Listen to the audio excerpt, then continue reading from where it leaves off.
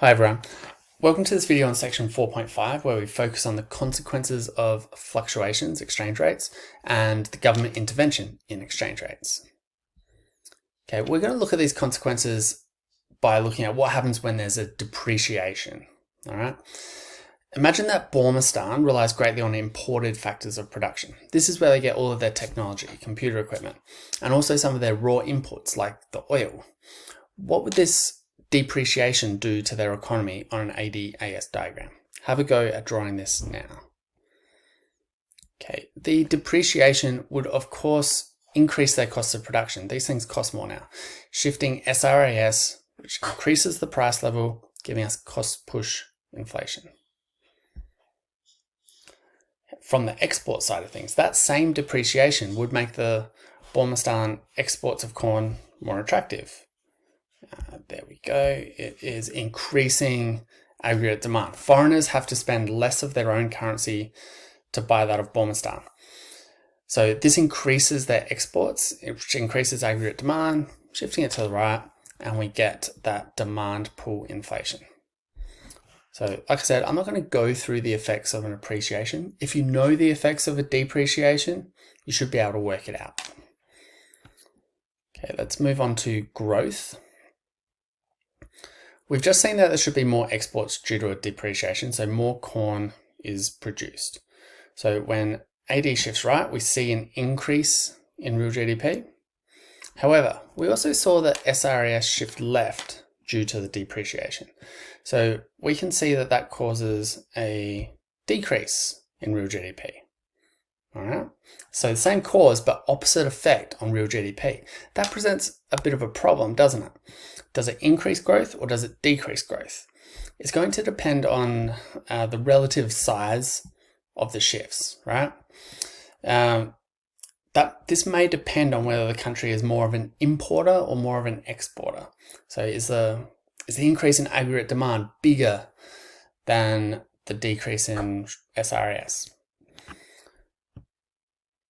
Okay, if we go and look at unemployment, we've got a similar issue here.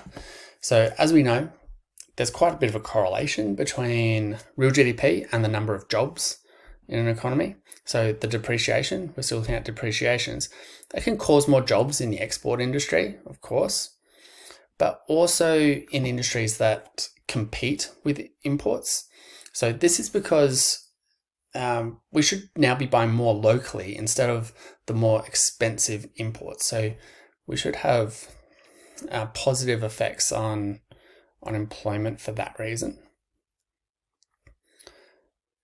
But then, of course, we have the opposite. So we get that depreciation that causes the downward pressure on real GDP and therefore hurts employment, increases unemployment in the economy. So again, the relative sizes, it's going to depend on how the country is, what the economy is actually like. All right. Consequences on the current account balance. The balance of payments, that's a topic we're going to look at in depth real soon, probably next week. In short, it's concerned with the amount of money leaving the country as opposed to the money coming in. So it's mainly in the form of imports representing money leaving the country and exports representing the money coming into the country. So we'll get into that later. But depreciation, it's going to cause exports to increase, imports to decrease, as we've already seen. Okay, if we're going to look at consequences on living standards. If we have a depreciation, what happens is it makes all imported goods more expensive. So the things that we like, those luxuries which make our lives better. So think holidays, technology that we like. It also is going to make imported inputs more expensive. And as we saw earlier, that increases inflation just more generally, right? Which also increases the cost of living. And in addition, we're going to see that demand pull inflation from the selling more exports. So all that inflation, it means that our real incomes are actually reduced, which means that our living standards are lower. We can't consume as much as we could before. Okay, if we look at an appreciation, this can increase the standard of living because those imported goods are less expensive, right? We can afford more of those imported luxuries like travel. We are going to get some downward pressure on the price level due to reduced input prices and lowering inflation, so increasing our real incomes. What we have to consider as well is the employment effects that we looked at earlier. So whether we have jobs or not has a pretty big impact on our living standards.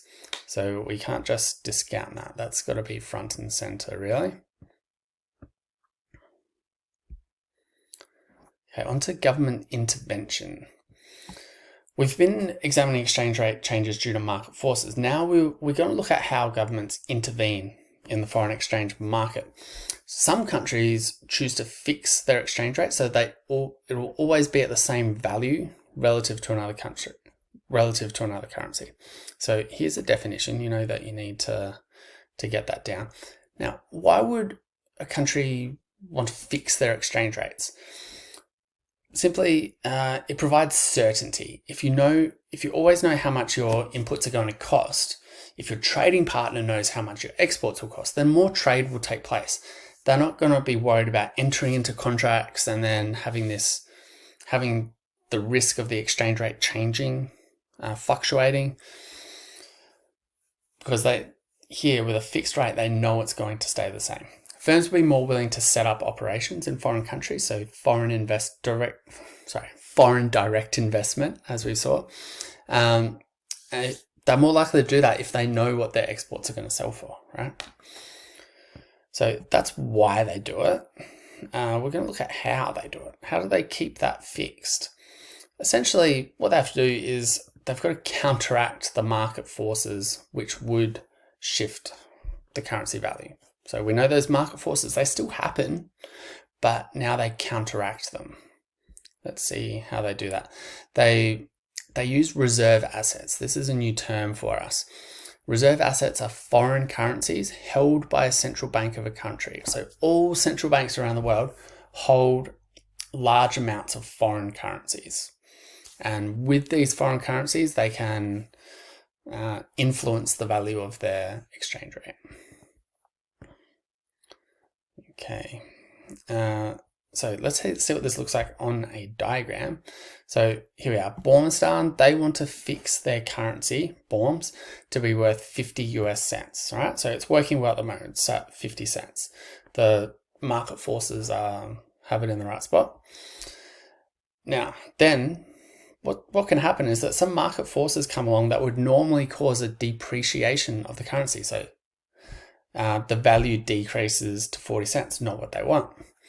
The central bank has to immediately step in and increase the demand of Borms.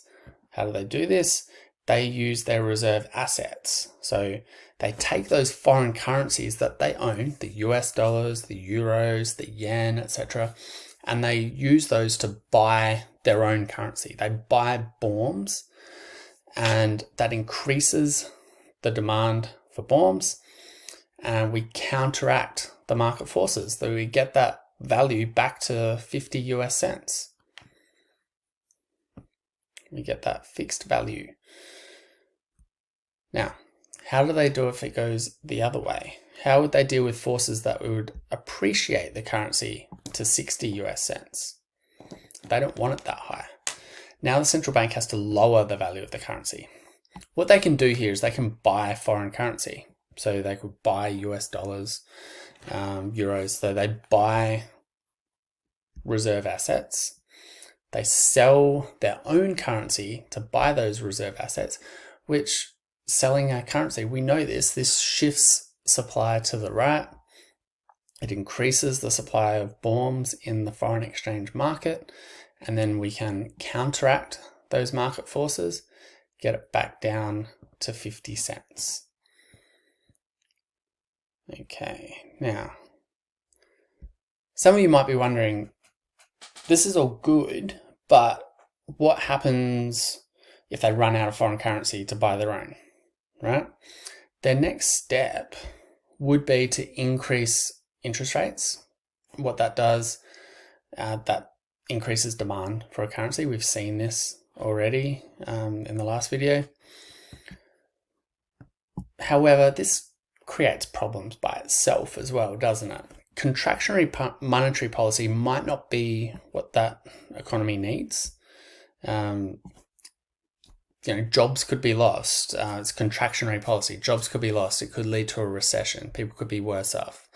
So it's not ideal. Something else they could do is they could borrow money from overseas. As that borrowed money enters the country, it gets converted into the currency. So it increases the demand for the currency, raises the value, counteracts those market forces. But of course, this can lead to excessive debt, which wouldn't be a good thing either. And lastly, they've got an option to put in place policies to reduce imports. What this is going to do, they would, if they're not importing as much, they're not supplying as much currency of their own currency in the market. So we get a decrease of supply, which is going to lead to a higher currency value. And those policies to reduce imports, we've seen that's trade protection. So we know if we think about all the costs of excessive trade protection, we would know why we wouldn't want to do this. Okay, now from time to time, the central bank may wish to change the fixed rate. We have to be aware of the terminology. If the rate is increased, it's revaluation. It's not appreciation. If the rate is decreased, it's devaluation, not depreciation. Why might they do this? Central banks might do this due to the fixed rate becoming too difficult to maintain, for example. Now that's fixed and we've seen floating already. So in between those two extremes is a managed exchange rate system. So it's mostly determined by market forces. So it's over this side of the continuum, but the central bank smooths out the fluctuations. They don't want the fluctuations to affect trade and investment confidence. Now, the way this usually happens is that the central bank has an acceptable band of values for the exchange rate in the short term. So here, they don't really mind how much it fluctuates, as long as it remains within this band of, for example, 45 to 55 cents. They figure that any fluctuation in here isn't really going to be too dangerous. It's not going to cause a loss of confidence in the economy. So they will only intervene if market forces take the value out of this band. All right. Now, almost there. So when governments intervene in exchange rates, there is the risk that they either overvalue or undervalue the currency. Why do we care about that? Overvaluing the currency, it gives the country access to cheaper imports, capital goods. So if they set it above what the free market equilibrium would be, it is often done by developing countries in order to build their industries, because they can get those capital goods, the inputs into their country so they can produce.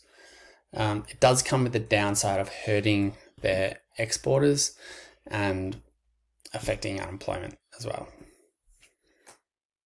Okay, a currency is undervalued in order to sell more exports. Countries often get accused of this in trade disputes, as it is seen as a form of cheating. Trade protection without really being trade protection. So they're protecting their country from imports, but they're not putting in place tariffs or quotas, but they are protecting. So this can lead to retaliation from trading partners because it is seen as cheating. All right, that's all we need to know for this. So I hope you've taken good notes. Good luck.